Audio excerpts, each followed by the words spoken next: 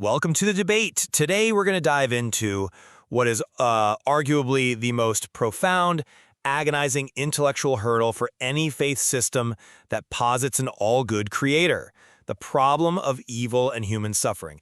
And this isn't just an abstract logic puzzle. It's the tangible, visceral reality of undeserved pain. I mean, we are talking about the slow, agonizing death of a fawn caught in a forest fire, suffering that no human ever sees, or the horrifying suffering inflicted upon a young child, tragedies that feel utterly, utterly pointless. These examples really frame our entire dilemma today. The emotional weight of this challenge is just immense, and it's a paradox that has troubled thinkers since the classical world. It forces us to confront a fundamental inconsistency. The specific question we have to address is this: how can the widespread existence of horrific suffering be reconciled with a God traditionally defined by three seemingly incompatible attributes, being omnipotent, so all-powerful, omniscient, all-knowing, and perfectly good, or omnibenevolent? And I will be arguing today that the sheer quantity and, I think critically, the specific type of suffering we witness, which often appears gratuitous, provides overwhelming empirical evidence that a perfect deity, as traditionally conceived, is either improbable or, well, simply non-existent. I'm standing with the core secular critique based on this evidence. And I'll be taking the opposing stance. I believe this problem is solvable, or at least approachable, within a deep theological framework.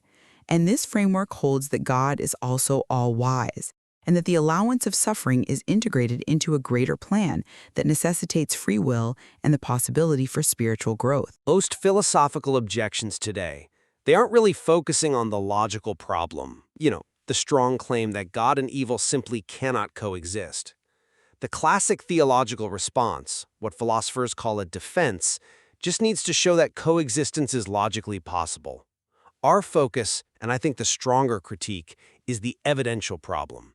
It asks, even if their coexistence is technically possible, doesn't the sheer, staggering, and seemingly unnecessary amount of evil, like that fawn burning which yields no moral lesson to any human, make the existence of a perfectly benevolent God statistically unlikely?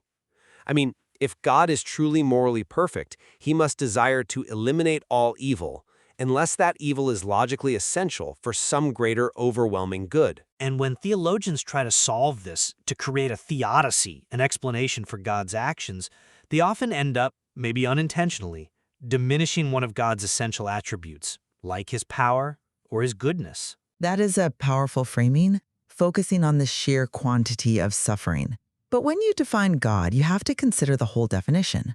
That's an interesting point, though I would frame it differently. The classical definition of God isn't just about raw power and boundless mercy. It centrally includes being all-wise. His actions are governed by a perfect wisdom, which Islamic theologians call hikmah. We cannot presume to fully grasp that wisdom. Think about it. In our daily lives, we constantly practice what we call skeptical deference. You trust a doctor's wisdom to perform a complex surgery without demanding the full knowledge of biochemistry that informed their decision. We accept that our human perspective is limited. So to judge God's ultimate plan from our restricted, finite viewpoint is, I would argue, an insufficient basis for concluding he doesn't exist. And furthermore, let's go back to Augustine for a moment. Many traditions define evil not as a created entity, not something God positively authored, but as fundamentally non-existence, a privation of good, privato boni. So if God is the source of all positive existence and goodness, then evil is merely a shadow, a lack, or a malfunctioning of creation's intended purpose. In this distinction, it protects the creator from being the author of the destruction we see. I do appreciate the classical philosophical move there, defining evil as a mere privation, like defining darkness as the absence of light. But that feels like an intellectual abstraction that, it falls apart when you're faced with the concrete reality of destructive, active forces like cancer or systemic injustice. Evil and suffering take on a powerful, destructive presence that a mere vacuum just doesn't have. And even if we grant that philosophical distinction, we are then forced to address the dual nature of suffering. We categorize it into moral evil, which is caused by the free choices of humans, and then natural evil, caused by non-moral forces like geology, weather, disease. The free will defense, which is often, successful in explaining human-caused suffering, it completely fails to justify the sheer scale of natural evils that kill hundreds of thousands of innocents. I'm thinking about the 1556 China earthquake or the 2004 Indian Ocean tsunami. That suffering is not traceable to a malicious human choice in that moment. I come at it from a different way. The separation between moral and natural evil, while it's conceptually useful, isn't absolute in all theological defenses. Some traditions would argue that the distinction is artificial because natural evil can, in fact, be reduced to moral evil, but by non-human moral agents. I mean, if we adopt a full scriptural framework, some would argue that disasters and diseases are the result of the moral actions of spiritual agents, fallen angels or demons, who interact with the physical world, manipulating natural laws. This is really an extension of the free will defense to encompass all of creation, not just humanity. Or alternatively, as you mentioned, others argue that natural evils are simply the necessary consequence of operating via consistent, predictable natural laws. A world with fixed laws is, well, it's a precondition for human agency and scientific knowledge. But that line of reasoning that God requires catastrophic natural laws is precisely where the evidential problem hits hardest. I grant the need for regularity. A world without physics would be chaotic and unlivable. Sure. But an omnipotent being could surely use small, targeted, undetectable, miraculous interventions to prevent the very worst natural and moral evils without violating the overall regularity of the universe. For example, if maintaining the constancy of gravity is so important, why couldn't God allow the laws of physics to slightly modify tectonic plate movement just enough to avert the deadliest earthquakes, or cause a harmful virus to suddenly become inert before it becomes a pandemic? Why is the predictable death of hundreds of thousands in a disaster a necessary byproduct of stable physics? The challenge with proposing constant, subtle divine interventions is that it fundamentally compromises human agency, knowledge, and responsibility. If God steps in every single time a natural or moral choice threatens a catastrophe, the world becomes a kind of moral sandbox. We would never truly face the consequences of our choices, nor would we ever fully understand the cause and effect structure of reality. Predictability is necessary, and if God always prevented the negative outcomes, we would never truly possess genuine freedom to act. And that brings us directly back to the value of human freedom. If free will is the ultimate justification for moral evil, the suffering caused by humans, the concept is immediately challenged by divine omniscience. Look, if God is omniscient, he knows exactly who will sin, when they will sin, and the exact magnitude of suffering down to that specific example of the murdered child we started with. And he knows all this prior to the creation of the universe. If God foreknew that specific horror and yet chose to create that world anyway, doesn't that make him morally culpable for signing off on the suffering? The fact that he created a world knowing the entire future timeline means the evil was, in effect, predetermined. That is a compelling argument. But have you considered that free will itself is what we call a higher-ordered good? The ability for a creature to freely choose virtue, genuine self-sacrifice and love, a love that is earned, not programmed, is a greater good than a world populated by predetermined robots who only perform good acts because they're mechanically necessitated. We have to accept that the possibility of moral evil is a necessary concomitant, a side effect of granting genuine libertarian freedom. If God created a world where evil was impossible, he wouldn't have created truly free beings. He would have created automatons. The risk is essential for the reward. But the theological defense of free will often relies on this idea that the existence of creatures capable of great evil is somehow ultimately worth the cost. And when you look at the victims of that evil, it's very hard to swallow that calculus. And that is why many traditions insist on the constructive purpose of suffering. We have to reiterate the soul-making model of theodicy.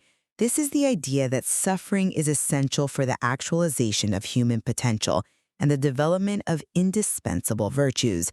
Courage, compassion, patience, self-sacrifice. These virtues are logically impossible in a perfectly safe world. Evil is only truly defeated when a greater good comes of it, a good which was impossible without the struggle. The hardship is what purifies the character, allowing us as incomplete souls to grow toward moral perfection. Okay, here's the objection few people answer honestly regarding that soul-making idea. This justification is disorderly and fundamentally unfair. If suffering leads to spiritual wisdom, why are victims, say those tortured to death in a protracted, brutal scenario, removed from the world before they can possibly gain this wisdom or actualize their full spiritual potential? The suffering remains purely destructive for them. And furthermore, we have to seriously question if the specific kind of knowledge gained through horrific events, such as the profound trauma of witnessing atrocity, is truly necessary or even good in itself. If some individuals, maybe through grace or circumstance, are fortunate enough to achieve virtue and wisdom without enduring horrific, destructive suffering, and we all know such people exist, then the suffering cannot be logically necessary for all.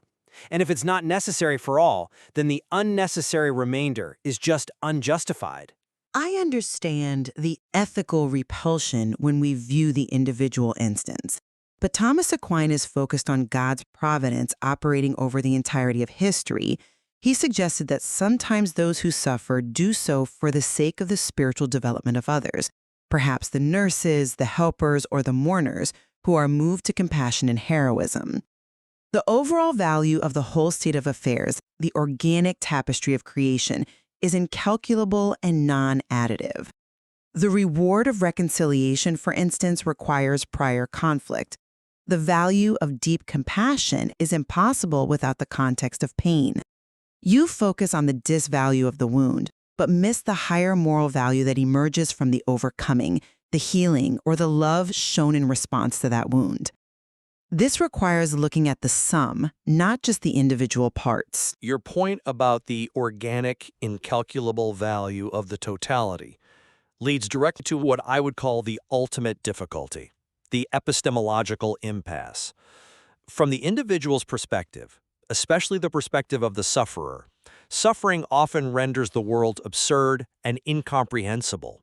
And this is the foundation of anti-theodicy, which argues that we have to acknowledge the ethical inappropriateness of even attempting to justify such suffering intellectually.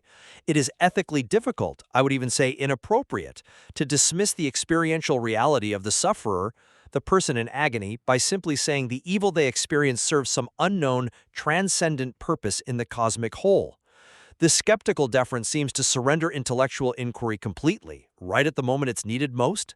This is precisely the point where most human explanations fail, because they confuse the human capacity to understand with God's ultimate justification. We are inherently constrained by our epistemological limitations, our inability to calculate the outcome of the entire moral universe. This position is often called skeptical theism. It asserts that we are not in a position to judge what a perfectly good and all-wise being is justified in permitting. To demand that God's justice align perfectly with our immediate limited human concepts of fairness is to place a limit on the infinite. So the religious perspective holds that God's authority and justice are bound not by human logic, but by his own inherent perfection. It's an act of conviction based on faith in that perfection, rather than a mathematical calculation of justification. But that move is the ultimate concession to the evidential argument.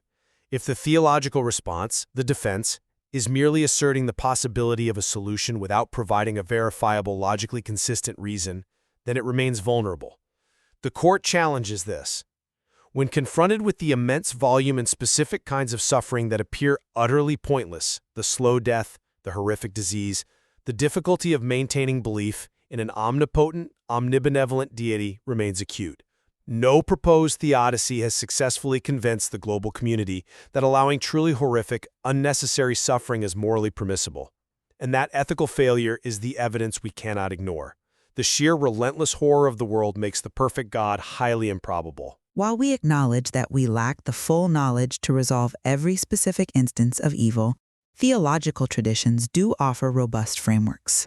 They position suffering not as a cosmic accident or a divine error, but as part of a mysterious yet purposeful divine plan, a plan that enables moral freedom and character development, transforming the human experience toward a higher spiritual end.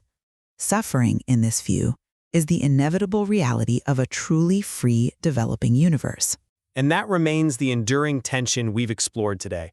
Whether one adopts a perspective of skeptical deference to divine wisdom, choosing to trust in an incalculable, overarching goodness that transcends our human logic, or whether one maintains a critique rooted in empirical evidence and ethical intuition regarding the suffering we actually observe. The struggle with evil, regardless of which intellectual path one follows, is central to defining humanity's relationship with the cosmos and with the ultimate source of reality.